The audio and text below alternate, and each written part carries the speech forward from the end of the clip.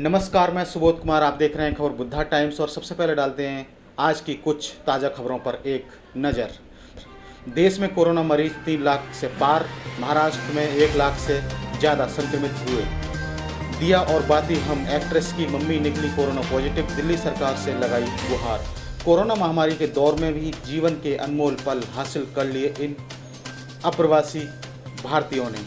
High court ने मध्य Asia के तबलीग जमात के 9 सदस्यों को जमानत दी। झारखंड में कोरोना संक्रमण के 55 से ऊपर नए मामले, कुल संख्या 1650 से ऊपर। महामारी खत्म होने के बाद भी जारी रहना चाहिए ऑनलाइन प्रणाली, मुकुल रोहतगी। कोरोना मरीज बढ़ने पर छत्तीसगढ़ सरकार सतर्क, मास्क नहीं लगाने पर देना होगा जुर्माना। राज्यसभा सदस्यों को ट्रेन का टिकट बुक करने के बाद यात्रा नहीं करना पड़ेगा महंगा, अपनी जेब से चुकाना पड़ेगा किराया। सरकारी अस्पताल की बड़ी लापरवाही, परिजन सब ढूंढते रहे, किसी और ने दफना भी दिया।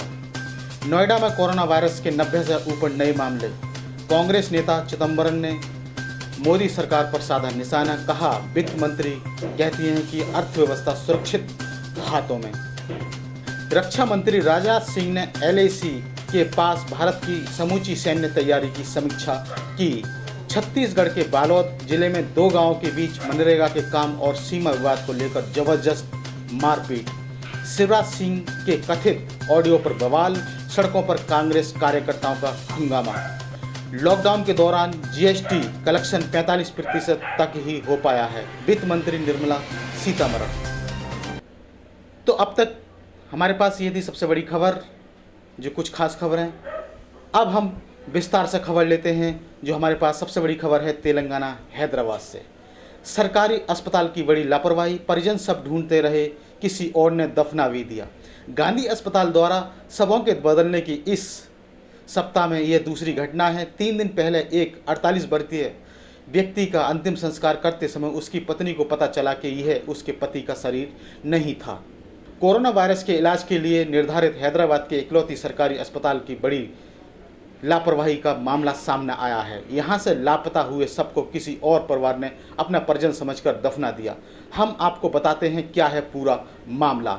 मृतक के परिवार के मुताबिक इस शख्स को सांस लेने में तकलीफ के चलते परिवार को हैदराबाद के प्राइवेट अस्पताल में भर्ती करवाया गया। पिता ने बताया अस्पताल ने मरीज को वेंटिलेटर पर रखने का खर्च बताया। इस अस्पताल ने एक दिन के इलाज का खर्च 50,000 से 1 लाख रुपए तक का बताया, जो इस परिवार को वहन कर पाना मुश्किल था, लेकिन इसके बावजूद उन्होंने इसके लिए हाँ कर दी। मंगलवार को उन्हें बताया गया कि मरीज को राजकीय गांधी अस्पताल में स्थानांतरित किया जाना चाहिए। पिता ने बताया मेरे बेटे का कोविड-19 टेस्ट पॉजिटिव नहीं था, इसलिए समझ में नहीं आया कि उसे कोविड-19 विशेष सुविधाओं में स्थानांतरित क्यों किया गया। बुधवार को गांधी अस्पताल के द्वारा परिवार को बताया गया कि मरीज की मौत हो गई है, लेकिन जब परिवार के सदस्य अपने बेटे का पार्थिव शरीर लेने के लिए अस्पताल पहुंचे